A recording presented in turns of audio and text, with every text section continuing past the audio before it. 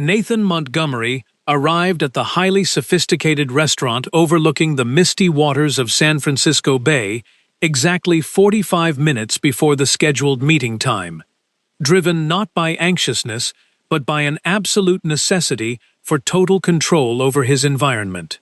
He had always believed that true power belonged to those who could read a room before it filled with noise, allowing him to measure the atmosphere, observe the subtle movements of the staff, and anchor himself in the space. The establishment was quiet, bathed in a low, amber glow, where every piece of polished mahogany and heavy crystal seemed far too expensive to be touched without extreme care. Yet to Nathan, this opulence was merely a familiar stage design for his daily transactions. Holding a thick mahogany leather briefcase firmly in his right hand, he moved toward the secluded table reserved near the grand glass window, which offered an expansive view of the city in perpetual motion, filled with rushing vehicles and distant pedestrians making invisible life-altering decisions. He opened the silver clasps of his briefcase with deliberate calmness, revealing the thick legal document written entirely in complex German, a pivotal international agreement that had been debated for 6 long months and possessed the immense potential to elevate his multi-million-dollar corporation to an unprecedented global tier. Nathan did not speak a single word of German, nor had he ever found the personal need to learn it throughout his long career, because he had always placed his unwavering trust in highly paid, certified professionals to bridge the linguistic divide. The contracted translator, a man named Timothy, arrived at the restaurant shortly thereafter, exuding an air of effortless luxury, with his tailored charcoal suit, relaxed physical posture, and a level of professional confidence that bordered closely on theatrical arrogance. Timothy greeted Nathan with a firm, practiced handshake, sliding into the leather chair without waiting for an explicit invitation, and began talking rapidly before anyone could even ask a single introductory question about the evening ahead. He commented smoothly on the heavy evening traffic crossing the Golden Gate Bridge, the shifting cultural dynamics of the city, and how exceptionally demanding these particular European investors were known to be during final stage negotiations. Nathan listened to the torrent of words in absolute silence, as this overwhelming display of social security did not bother him in the least. Rather, he viewed it as a reassuring sign of elite professional competence and thorough preparation. "The foreign investors will be arriving in just a few short minutes," Timothy stated with a smooth, bright smile, while adjusting his silk necktie, assuring Nathan that every single detail of the contract was perfectly aligned with their prior verbal agreements. Nathan nodded slowly, closing the leather folder on the table and resting his hands flat against the pristine white tablecloth, preferring clean, organized spaces, because mental clarity always began with an unburdened physical environment. He requested only a glass of sparkling water from the staff, whereas Timothy immediately ordered a glass of expensive red wine, gesturing grandly to the nearby service station. Beatrice approached the table with quiet, measured steps, her movements fluid and entirely unobtrusive, perfectly reflecting the rigorous training expected of the staff in such a high-end establishment. Wearing a simple, immaculate uniform that contrasted with her sharp, observant eyes, she carefully poured the sparkling water into Nathan's glass, adjusted the alignment of the crystal stemware, and inquired in a low, neutral voice if they required any further assistance before their guests arrived. Her tone was deeply professional and completely devoid of unnecessary emotion, prompting Nathan to respond with a brief, courteous nod of his head, seeing no reason to engage in trivial pleasantries when a monumental deal was at stake. Beatrice stepped away without any visible rush, fully accustomed to functioning as an invisible part of the luxurious background scenery, having learned early in her career that the less she was noticed by the wealthy clientele, the better she could perform her duties. She walked back toward the dark oak service counter, quietly noting the subtle shifts in the room, before heading to another table to take orders, all while remaining completely detached from the opulent drama unfolding around her. Within 10 minutes, the German investors arrived, bringing a wave of formal greetings, stiff handshakes, and tightly controlled smiles that immediately shifted the linguistic atmosphere of the private dining area. The sharp, rhythmic sounds of the German language quickly began to dominate the space around the table, as Timothy naturally assumed his role as the vital intermediary, translating the foreign spoken words into English with remarkable speed. Nathan sat perfectly upright, listening intently to the translated explanations, watching the physical gestures of the men across from him, completely convinced that everything was proceeding exactly as he had planned. Beatrice returned to the table carrying the bottle of expensive red wine, pouring it first for the two foreign guests with a steady hand, then for Nathan, and finally filling Timothy's glass to the exact traditional measurement. As she leaned forward slightly to reach the furthest crystal glass, her ears caught several distinct, isolated words spoken in a low, firm German dialect by the senior investor. It was not a complete sentence, nor was it entirely clear amidst the ambient noise of the room, but the specific phonetic weight of those words caused a momentary pause in her breathing, though she kept her facial expression entirely blank. She continued her duties without reacting outwardly, stepping back into the shadows of the dining room while the conversation at the table advanced into strict discussions regarding delivery deadlines, operational timelines, and financial penalties. Timothy translated each statement with fluid grace, maintaining a deeply secure and comforting tone that seemed designed to put Nathan entirely at ease, matching the expectations of a high-powered corporate negotiation. Nathan made brief, precise annotations in his notepad, completely unable to comprehend the original spoken language, but deeply understanding the universal mechanics of business manipulation, trusting the established process that had served him well for over 2 decades.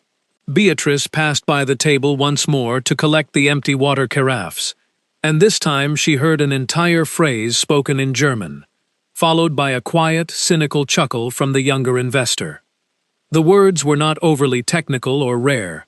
They were common, heavy words, used primarily in serious domestic or legal contexts to denote a permanent transfer of liability or a hidden risk.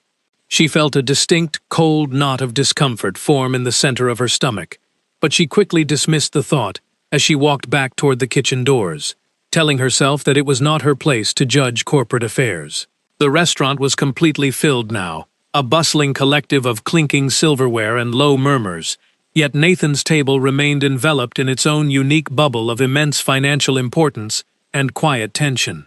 Nathan observed the investors closely, noting their reserved gestures and steady eye contact, finding comfort in the lack of overt hostility or exaggerated enthusiasm, which usually signaled a clean, professional agreement. Timothy continued to dominate the verbal space, frequently interrupting the investors to explain details to Nathan, summarizing long paragraphs of German text into short, digestible English sentences. Nathan saw no red flags in this behavior, assuming it was simply Timothy's job to filter out the unnecessary legal fluff and facilitate a swift, efficient signing of the thick document. Beatrice returned to place a platter of delicate appetizers in the center of the table, her fingers moving with absolute precision as she arranged the small silver forks. While she carefully positioned the final piece of cutlery near Timothy's elbow, the senior German investor spoke a long, unbroken sentence that carried a completely different emotional weight than Timothy's subsequent English translation. It was not a technical description of a supply chain. It was an explicit condition, an ultimatum wrapped in a warning that altered the very foundation of the contract's ownership structure. Beatrice felt her entire body stiffen before her conscious mind could even process the full linguistic meaning. Yet she forced her hands to remain steady as she cleared her throat and stepped away. Behind the safety of the wooden service counter, she took a deep, shaky breath, trying desperately to focus on her immediate physical tasks rather than the dangerous narrative forming in her mind. She questioned her own understanding, wondering how many times she had misheard things out of context, or how easily an old childhood memory could distort reality in a high-pressure environment like this. The negotiation across the room continued without a single hitch, Timothy speaking with absolute naturalness, while the investors listened with a calm, predatory patience, that sent a chill down her spine. Nathan remained completely relaxed, his face projecting the absolute confidence of a man who believed he had outmaneuvered his competition, entirely unaware of the invisible trap closing around his company. Beatrice watched the table from a distance, not out of mere curiosity, but because she had been raised in a household where the German language was never used for trivial, everyday chatter. Her great-grandmother had immigrated to a small rural community in Pennsylvania decades ago, preserving the language as a sacred, serious tool, reserved exclusively for moments when life-altering truths or deep family crises needed to be spoken. That distinct linguistic cadence had been deeply engraved into Beatrice's mind during her early childhood, teaching her to recognize the exact tonal difference between an honest agreement and a deceptive compromise. At the table, Nathan closed his leather folder for a brief moment, listening with a respectful nod as the younger investor pointed directly to a specific page of the thick German text. Timothy translated the man's explanation in less than 5 seconds, presenting it as a routine administrative clause that required no further discussion or scrutiny before signing. Nathan nodded in agreement, picking up his heavy fountain pen, while Beatrice felt the internal discomfort return with such overwhelming force that she could no longer remain a passive observer. The restaurant continued to hum with life around them, plates of food moving across the floor, but that specific table seemed to freeze in a dangerous, invisible focus, where a massive deception was unfolding in plain sight. Nathan had absolutely no reason to suspect treachery, as he trusted his decades of corporate experience, trusted the stellar reputation of the agency that provided Timothy, and trusted his own ability to read human faces.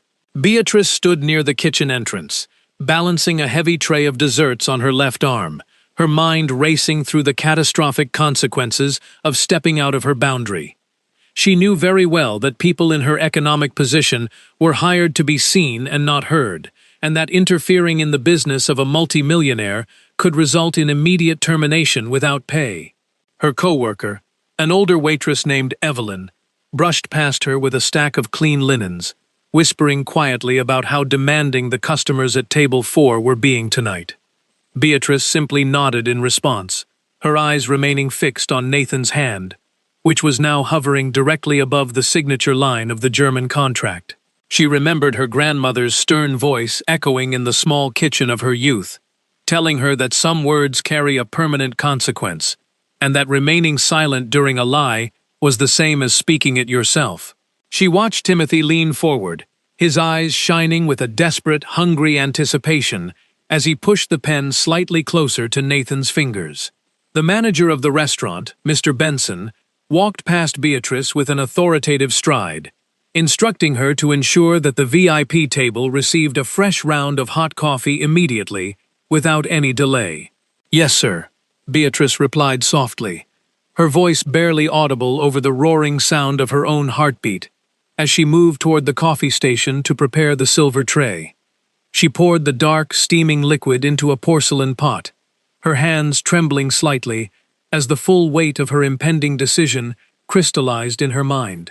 She knew she possessed no legal knowledge, no corporate degrees, and no authority to challenge a professional translator, but she also knew, with absolute certainty, that the words spoken by the German man did not match the English words Timothy had used.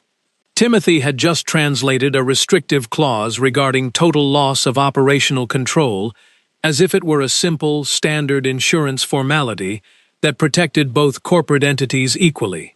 Beatrice lifted the heavy silver tray, her knees feeling incredibly weak, as she took her first step back out onto the crowded dining floor, knowing that once she crossed that room, there would be no turning back from whatever happened next. She moved across the dining room with her standard, fluid grace, her eyes focused entirely on the white porcelain cups resting on her tray, ensuring that not a single drop of hot coffee spilled onto the polished floor.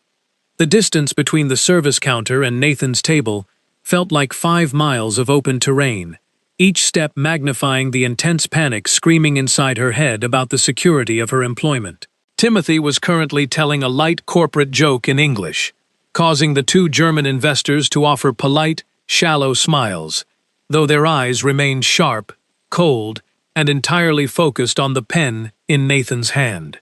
Beatrice approached the left side of Nathan's chair, lowering herself slightly to place the clean saucer onto the white tablecloth with an absolute minimum of physical noise. She could smell the expensive cologne Nathan wore, mixed with the rich aroma of the freshly brewed coffee, creating a sensory memory that would stay with her for the rest of her life. Nathan did not look up at her, his eyes still scanning the final lines of the document, his mind entirely occupied by the massive financial numbers swimming on the page. Timothy glanced at Beatrice with a brief, impatient flicker of irritation in his eyes, clearly annoyed by the minor interruption during the absolute climax of his carefully constructed negotiation. Beatrice reached past Nathan's shoulder to adjust the small silver spoon, leaning in just close enough so that her lips were mere inches away from his right ear, her breath shallow but remarkably steady. "Your translator lies," she whispered in a voice so incredibly quiet and compact that it seemed to die the exact moment it left her mouth, carrying no vibration that could be caught by anyone else at the table. She did not provide a lengthy explanation. She did not look into his eyes, and she did not wait to see the immediate physical reaction of the powerful man sitting before her. She instantly straightened her spine, picked up the empty water glasses with her right hand, turned her back to the table, and walked away toward the kitchen with an entirely neutral expression. The physical world around them did not stop spinning. A group of tourists laughed loudly at a table near the main entrance, and a busboy accidentally dropped a metal fork onto the floor. But at that specific corporate table, the very air seemed to instantly lose its warmth, turning thick, heavy, and completely stagnant within a fraction of a second. Nathan did not move a single muscle, his fountain pen remaining suspended exactly 2 inches above the crisp white paper, his entire face freezing into an impenetrable mask of absolute stone. Timothy, completely unaware of the invisible words that had just been dropped into the space, continued speaking in his warm, enthusiastic tone, urging Nathan to complete the final signature so they could celebrate. Beatrice reached the safety of the dishwashing station, her legs shaking so violently that she had to lean her hands against the cold stainless steel sink to keep from collapsing. Her heart was hammering against her ribs like a trapped bird, her mind filled with the terrifying expectation that Mr. Benson would appear at any moment to demand her name badge and escort her from the building. She watched from the kitchen window as Nathan slowly lowered his pen, placing it perfectly parallel to the edge of the mahogany leather folder, his movements completely devoid of their previous relaxed comfort. He did not look in Beatrice's direction, keeping his gaze fixed entirely on the complex German text, as if he were trying to see through the physical ink into the hidden deception underneath. Timothy's smile faltered slightly for the very first time, his head tilting to the side, as he asked Nathan if there was a specific typographical error or an unexpected question regarding the payment schedules. "Repeat it," Nathan said in a low, dangerous tone that was completely stripped of any conversational warmth, his eyes remaining fixed entirely on the document, rather than looking at the man beside him.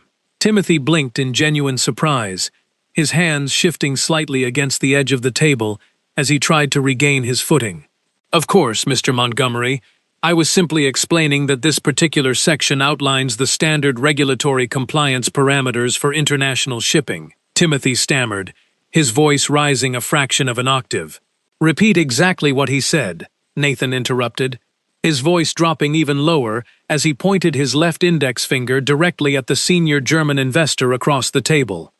The senior investor, sensing the sudden, dramatic shift in the emotional atmosphere, cleared his throat and repeated his previous statement in slow, deliberate German, his eyes narrowing with a sudden spark of suspicion. Timothy translated the words quickly, but this time his phrasing was noticeably tighter, his confidence visibly draining from his face as he watched Nathan's motionless expression. Nathan listened, without making a single mark on his notepad, his mind racing through 20 years of business deals, looking for the exact moment where his own arrogance had blinded him. "Say it again," Nathan commanded, using a short, broken fragment of German that he had accidentally memorized during a corporate trip to Frankfurt 15 years ago. A simple linguistic test meant to disrupt Timothy's narrative. The younger investor answered immediately in a sharp tone, and Timothy rushed to translate the response before the man had even finished speaking, his words tripping over one another in a desperate bid for control. Nathan raised his eyes for the very first time, looking directly into Timothy's face, observing the tiny beads of sweat forming along the man's hairline and the nervous twitch of his fingers.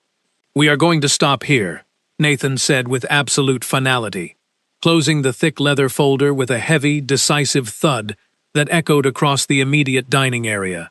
Timothy's face turned completely pale, his mouth opening and closing like a fish, as he tried to find a logical argument to reverse the sudden collapse of his evening. "But this is the final deadline, Mr. Montgomery. If we do not sign tonight, these gentlemen will fly back to Europe tomorrow morning, and the entire deal will dissolve," Timothy whispered frantically. "No," Nathan replied, his voice completely devoid of anger, but filled with a terrifying weight of absolute certainty. "It is not moving forward tonight." He rose from his seat with a slow, controlled elegance, offering a polite, formal apology to the two German investors for the unexpected delay, stating that an unforeseen internal administrative issue required his immediate personal attention. The investors stood up slowly, exchanging short, sharp glances of mutual confusion, while Timothy remained frozen in his chair, staring at the closed folder as if his entire life had just been erased. Beatrice stood behind the service counter, her fingers tightly gripping a white cotton towel, watching the powerful corporate figures exit the restaurant one by one into the cool San Francisco night. She knew that the true storm had not even begun, and that the quiet silence currently settling over her section was merely the temporary calm before the inevitable corporate reckoning arrived. Mr. Benson walked up beside her, his eyes fixed on the empty table, asking her in a suspicious whisper if she had noticed anything unusual or improper about the way the guests had departed. "Nothing out of the ordinary, sir," she lied smoothly, her voice completely steady now, as she stepped forward to begin clearing away the expensive white porcelain cups and the untouched platters of food. Nathan Montgomery did not return to his luxurious home in the hills of Marin County that night. Instead, he instructed his driver to take him directly back to his corporate headquarters in the financial district. The journey through the dark, empty streets of the city was wrapped in an absolute, suffocating silence, as Nathan refused to turn on the radio or make any of his usual late-night business calls. The quiet voice of the young waitress continued to echo in the center of his mind, its dry, clinical precision bothering him far more than the actual financial betrayal he had narrowly escaped. There had been absolutely no theatricality in her whisper, no hidden desire for dramatic effect, and no lingering expectation of a reward. It was simply a raw, functional warning, dropped by an invisible hand. He arrived at the deserted corporate tower, ascending alone in the private glass elevator to the top floor, where the massive, empty offices were illuminated only by the distant, blinking lights of the harbor. He walked into his expansive corner office, tossing his expensive wool coat onto the leather sofa, and sat down at his desk, with the thick German contract resting squarely in front of him. For his entire professional life, Nathan had operated under the firm assumption that safety was bought through elite expertise, hiring the most expensive minds to ensure his absolute protection from failure. Now, he was forced to confront the terrifying reality that those same expensive minds could be bought, manipulated, or simply blinded by their own unchecked professional arrogance. He turned on his desk lamp, its sharp white light cutting through the darkness, and began reading the document, line by line, focusing not on the words he couldn't understand, but on the structural layout of the paragraphs. He could see the exact pages where Timothy had spent the most time explaining things, the sections where the translator had used grand, sweeping gestures to distract him from the physical text. He picked up his secure office phone and dialed the private number of his chief legal counsel, Arthur Pendleton, who answered on the third ring with a voice heavy from sleep. "I need you in the office tomorrow morning at 5 o'clock. Nathan said without a single introductory pleasantry, his voice cutting through the telephone wire with absolute authority. "Bring an independent, third-party German legal expert who has absolutely no connection to our current translation agency or the European Investment Group," he commanded. "Is there an immediate crisis, Nathan?" Arthur asked, his tone instantly shifting into high alert as he heard the rare, cold gravity in his old friend's voice. "Just have the room ready," Nathan replied quietly before hanging up the phone, leaving the office completely dark save for the single lamp illuminating the paper. The following morning arrived with a gray, heavy fog rolling across the bay, matching the grim, silent atmosphere inside the main executive conference room where Arthur and a senior legal scholar named Dr. Vance were already waiting. Nathan walked in without a word, sliding the thick German contract across the long glass table, instructing Dr. Vance to translate the operational control clauses line by line out loud. Dr. Vance adjusted his reading glasses, flipped to the middle section of the document, and began reading the original German text, translating it into precise, literal English prose. Within 5 minutes, the massive hidden trap was fully revealed to everyone in the room. The contract stated explicitly that in the event of any minor operational disagreement, the entire decision-making authority of Nathan's company would permanently shift to the German investors. It was a complete corporate ambush, beautifully disguised as a standard regulatory framework, designed specifically to strip Nathan of his life's work the exact moment the first shipment arrived at the docks. Timothy had deliberately omitted every single one of these catastrophic details during his live translation, presenting the clause to Nathan as a mutual protection agreement that carried absolutely zero operational risk. The legal review continued for 3 agonizing hours, with Dr. Vance uncovering 4 additional hidden clauses that would have effectively drained Nathan's corporate treasury within the first 12 months of the partnership.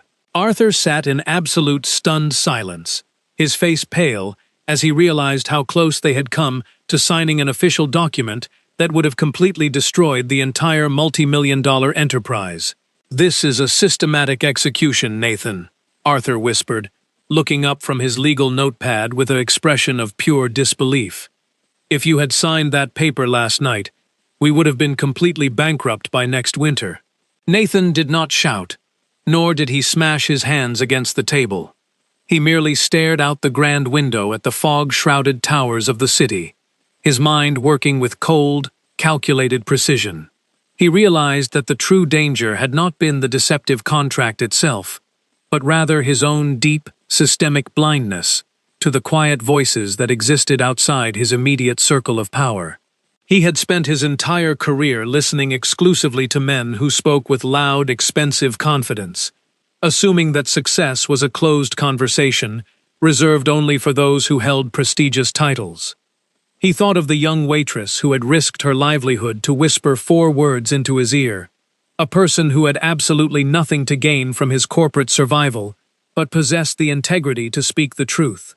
Later that afternoon, Nathan instructed his administrative assistant to gather a comprehensive background report on the translation agency, uncovering a long, hidden trail of kickbacks and secret bank transfers linking Timothy directly to the German investment group.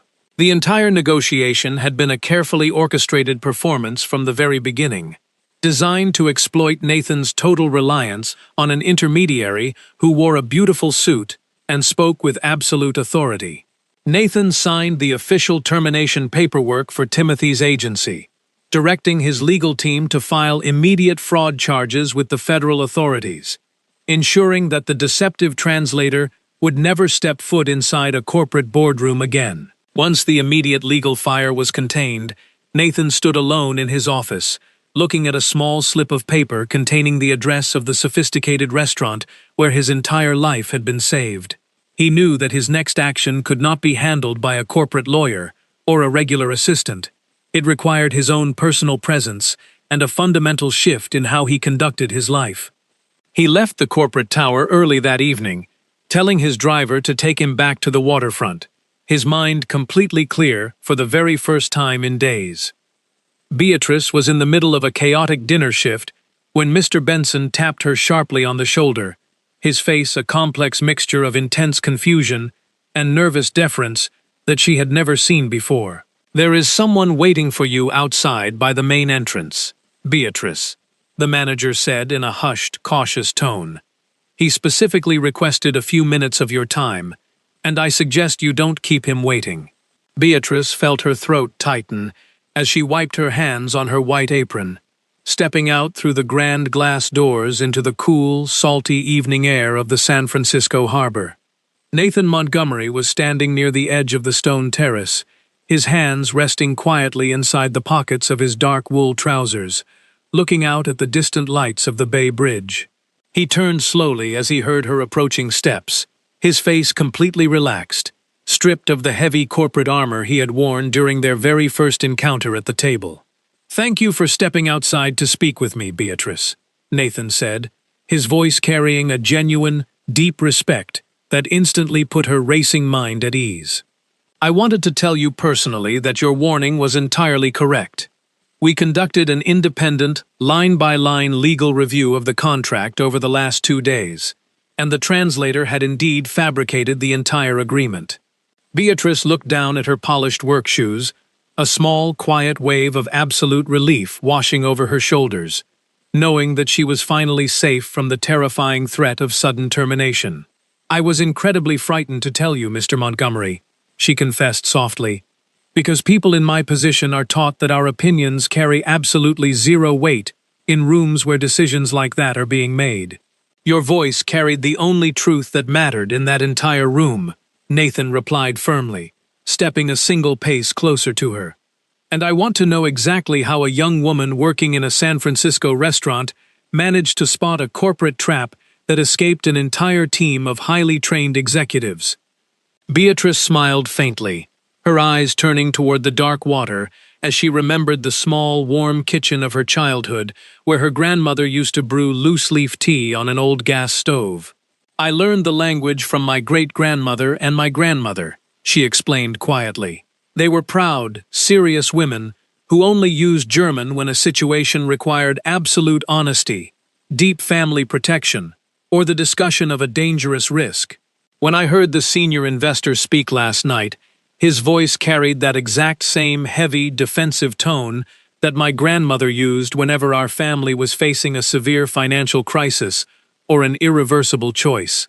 The words he used did not match the smooth, careless sentences that Timothy was selling you in English. It was a tone of absolute warning, and I simply couldn't stand there and watch you walk into a trap without saying something." Nathan listened to her story with a quiet, profound reverence, realizing that the deep, ancestral wisdom she carried was infinitely more valuable than any expensive corporate degree or polished marketing strategy. "You told me last night that you didn't think anyone would listen to you," Nathan murmured, his eyes fixed on her face. "And that is a failure of my own making, because I have spent my entire life ignoring the very people who see the world clearest." He reached inside his coat pocket and withdrew a small, elegant business card, pressing it gently into her hand with a steady, reassuring grip. "I am not here to offer you a simple financial tip or a temporary gesture of superficial gratitude, because what you did for my life cannot be bought with a few $100s, Nathan said directly. "I am offering you an entry-level position within the administrative department of Montgomery Enterprises.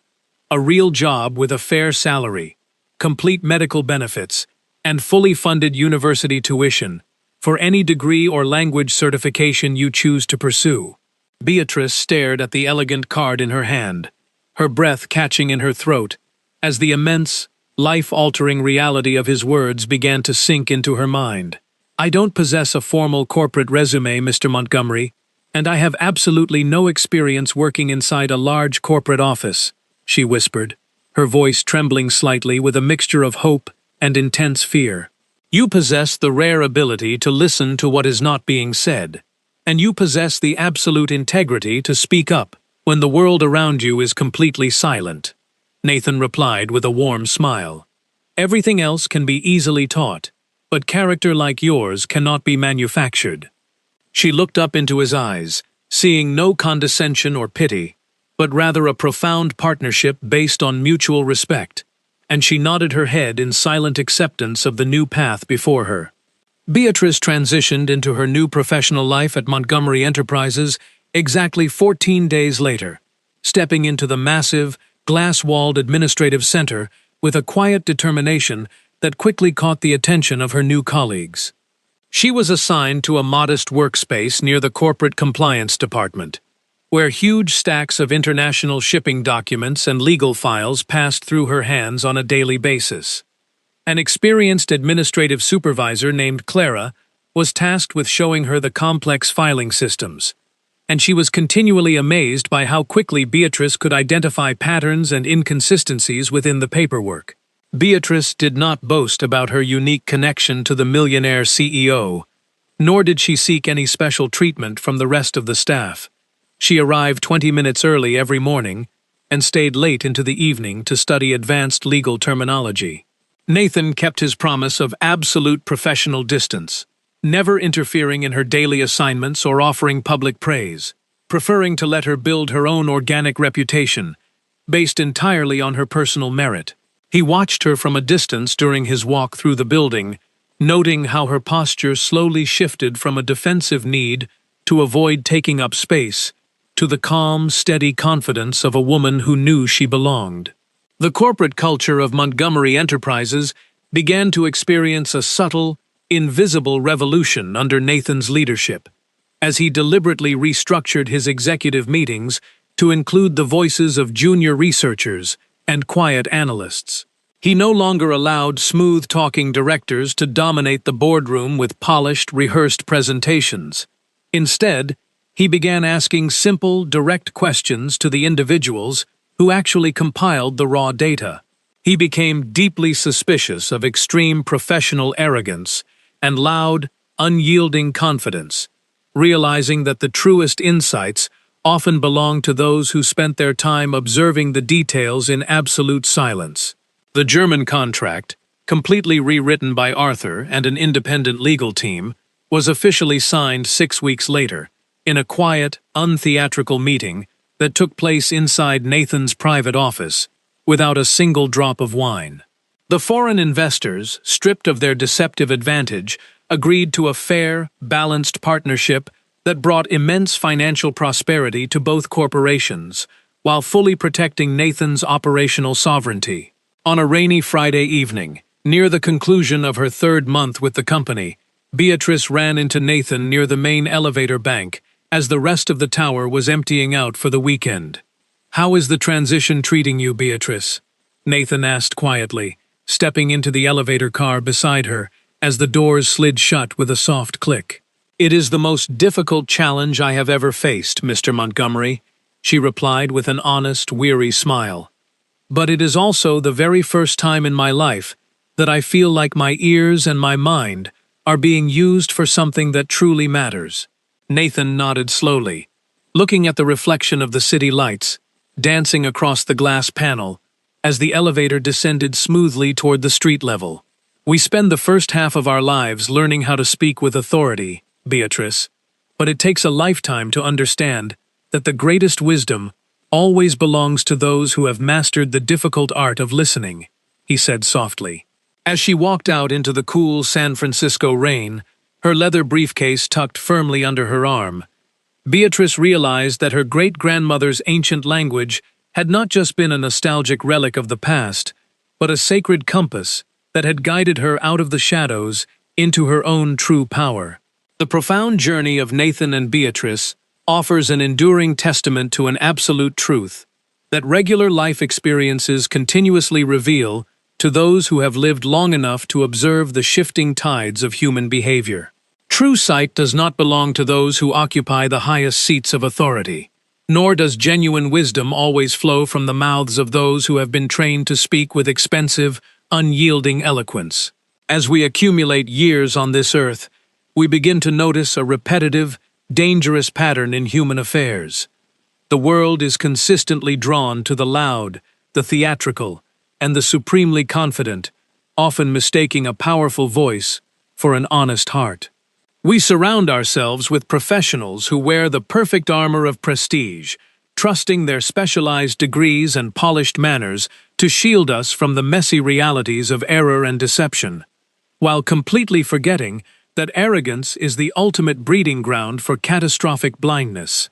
The true guardrails of our lives are very rarely the grand structures we build, or the elite advisors we hire at great financial cost.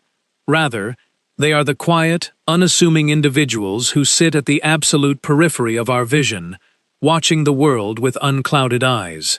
These silent observers, much like Beatrice serving coffee at a luxurious table, are entirely unburdened by the heavy chains of corporate ego, or the desperate need to maintain an illusion of control, allowing them to hear the subtle notes of discord that a crowded room completely misses. When we reach the mature chapters of our existence, we come to understand that our greatest errors never occur because we lacked information, but because our own pride prevented us from listening to the voices that didn't possess a title. We allow ourselves to be insulated by a comfort zone of smooth agreement, dismissing the intuitive discomfort felt by those who serve us, simply because we cannot conceive that a person of lesser social status could possibly understand the complex mechanics of our world. Yet, history and personal experience continually demonstrate that integrity is a universal language that requires no academic validation, often preserved most purely in the hearts of those who have known what it means to be entirely invisible. To live with true wisdom is to deliberately cultivate a quietness within our own minds, a conscious willingness to dismantle the rigid hierarchies that dictate who is worthy of being heard and who should remain a silent background fixture. It requires the profound humility of a man like Nathan, who possessed the rare strength to stop his entire life on the strength of a four-word whisper, recognizing that truth does not owe an apology for its humble origin. In the final estimation of a long life, the wealth we protect and the contracts we sign are far less important than the deep, humanistic capacity to look across a room and validate the quiet dignity of a soul who had the courage to speak when silence would have been infinitely easier.